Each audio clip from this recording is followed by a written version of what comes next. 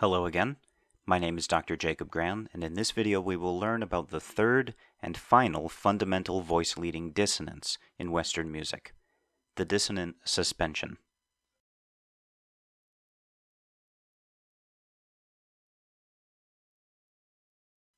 Here I am showing a one-to-one example of octave Cs moving in contrary motion to a third between E and G. A suspension occurs if I were to take the counterpoint voice and shift it over half a measure, so that instead of whole notes that begin and end on the downbeat, they are written as tied half notes that begin and end on the weak beat of each measure. We call this kind of rhythmic shift a syncopation. Notice that the original one-to-one form of the example only has two harmonic intervals, an octave and a third. But the syncopation has created a new interval of a sixth on the second downbeat.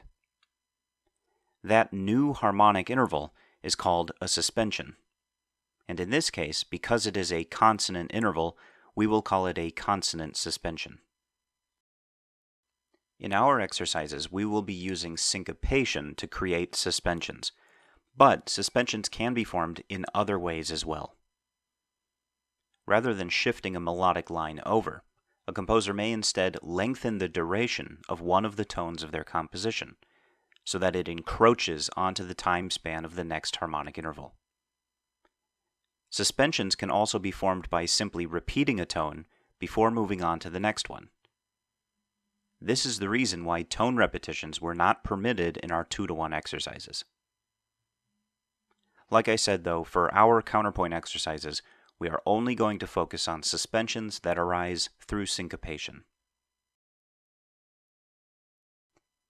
Consonant suspensions are very compositionally useful, allowing us to get away with things that would otherwise sound like poor voice leading. In this example, we see accented perfect fifths on consecutive downbeats, which in any other exercise would be a voice leading error. But because the fifths arose as suspensions between a well-formed pair of parallel sixths, they are perfectly fine. The syncopation of the lines means that the downbeat doesn't have nearly as much of an accent as in the other kinds of exercises. 5-6 and 6-5 patterns are very common in 18th century music as a way for composers to avoid parallel fifths. Consonant suspensions can also be used to mask over an underlying voice leading error. Here we see a one-to-one relationship of parallel octaves, which is clearly bad. But when we syncopate the lines, the suspended sixth that is formed on the downbeat between the octaves obscures their parallel motion and makes them acceptable. The same is true of parallel fifths that can be masked as long as a consonant suspension stands on the downbeat between them. I would say that although these examples are acceptable in our exercises, they really only get completely masked over when we add a third or a fourth voice, as we will do in future exercises. When we just have two voices like here, I think the parallel motion is still somewhat audible, so you should use these only rarely.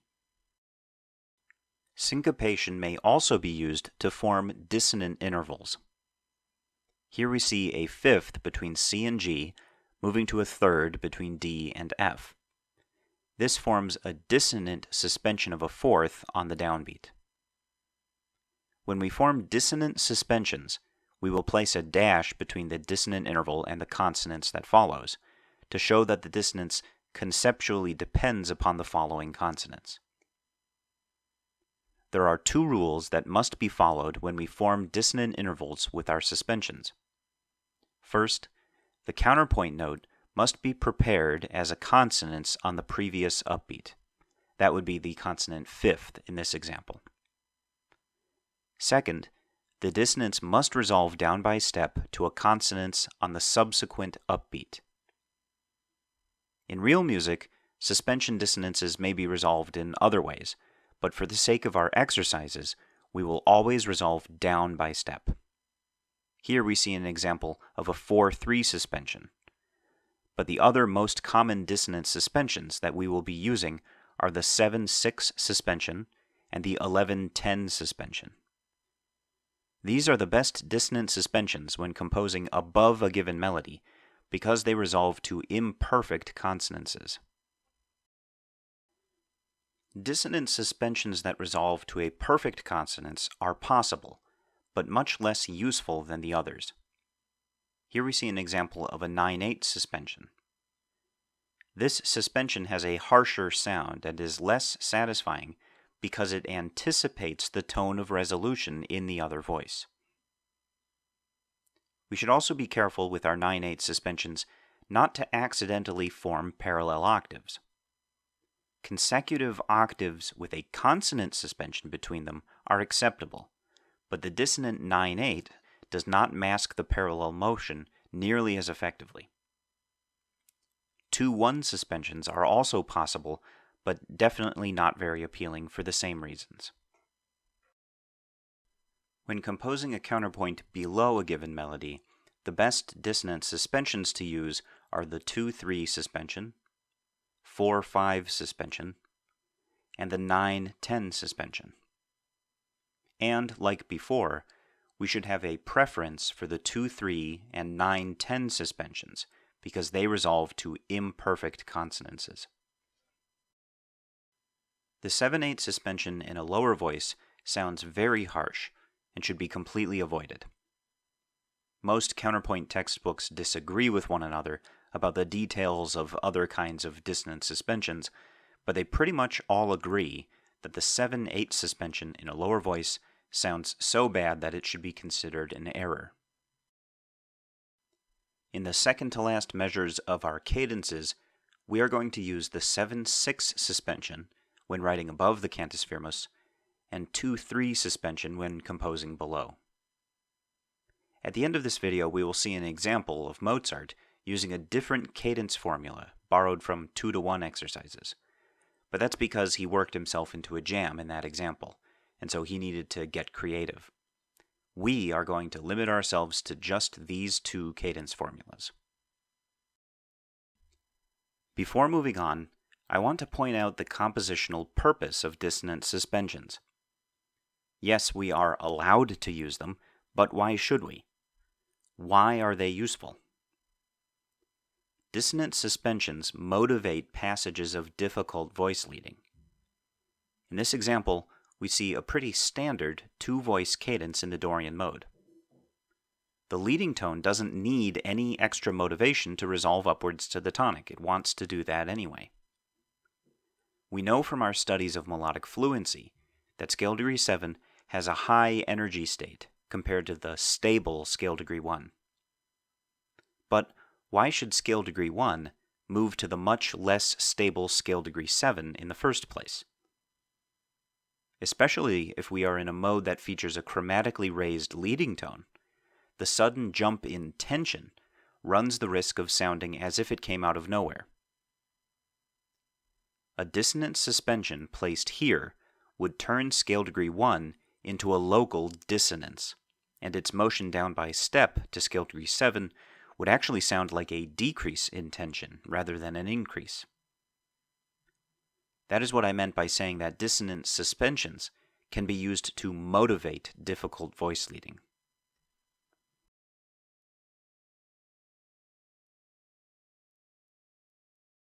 Here is a Cantus Firmus in the Dorian mode, composed by Haydn. Haydn taught counterpoint out of Fuchs's textbook Gradus ad Parnassum, and this is pretty clearly Haydn's variation on Fuchs's more famous Dorian Cantus Firmus.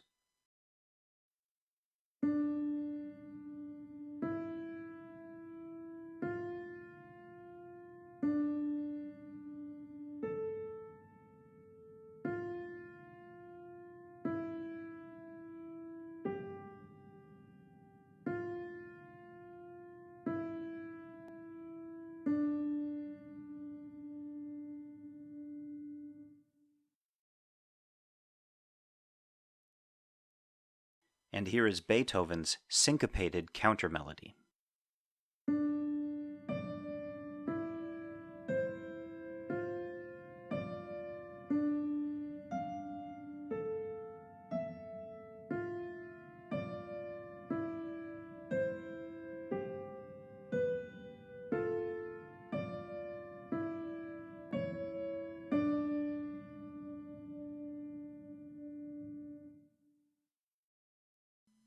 First, let's label all of the harmonic intervals, remembering to use dashes to connect dissonant suspensions to their resolutions.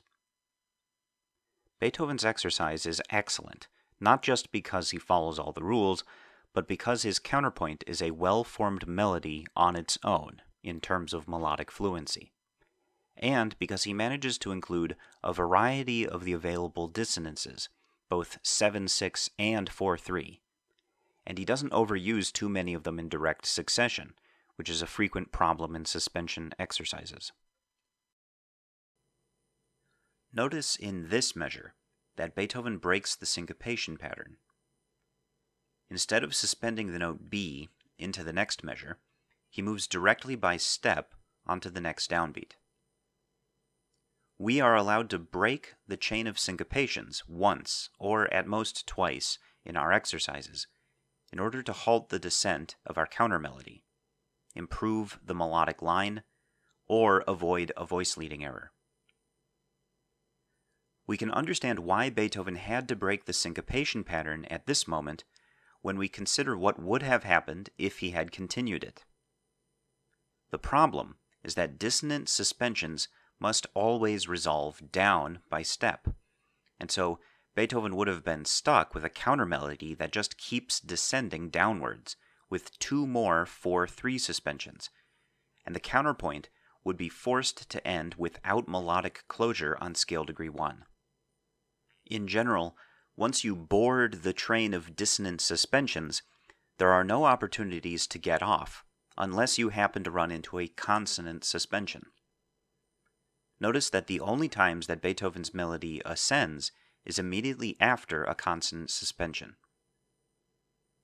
By breaking the chain of dissonant suspensions, Beethoven is able to place a consonant third on the downbeat, so that the melody can leap up to the area of the scale where it needs to be for the final 7/6 cadence.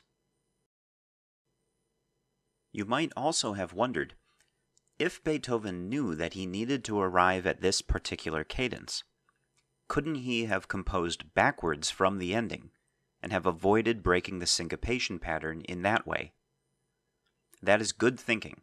In suspension exercises, even more than in the other counterpoint exercises, we do tend to find ourselves composing backwards. Unfortunately, a chain of 7/6 suspensions wouldn't work here either, because as we work backwards, we notice that the note F cannot be prepared as a consonance in this measure over the given note E, since it will form a dissonant ninth. That chain of suspensions would glide smoothly into the cadence, but there's no way to board that particular train. So Beethoven instead breaks the syncopation pattern in order to switch tracks, so to speak, between the two chains of suspensions.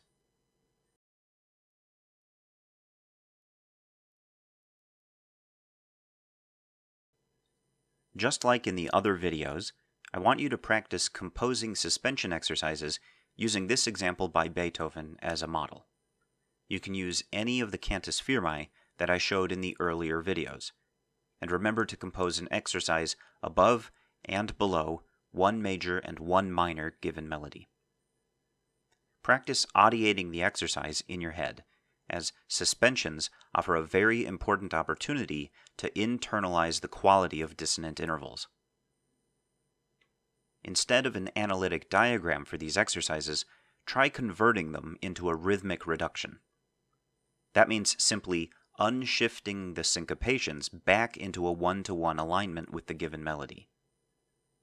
Notice that anytime you break the syncopation pattern in your exercises, your rhythmic normalization will show a 2-to-1 proportion instead of 1-to-1. It is possible that the rhythmically normalized form of your exercise will include parallel perfect intervals and other voice leading errors, as we discussed near the beginning of this video. But if your normalized version shows good voice leading, like Beethoven's does here, it is almost certain that the suspension exercise will also have well-formed voice leading. Finally, I want to leave you with some additional things to ponder. Here are 6 different counterpoint melodies, all composed over Fuchs's Dorian Cantus Firmus. The composer Arnold Schoenberg used to make his students compose not just one acceptable counterpoint melody, but to compose as many solutions as possible for each given melody. And then, once they'd come up with as many permutations as possible, they would select the one they believed was the most successful and only turn in that one solution.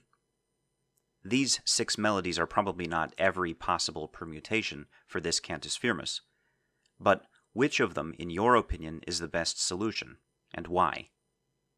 Which of them is the least successful, and why? That's all for this video. Stay tuned for the next one when we will discuss how to combine everything we've learned so far, and to compose a rhythmically free melody over a Cantus Firmus.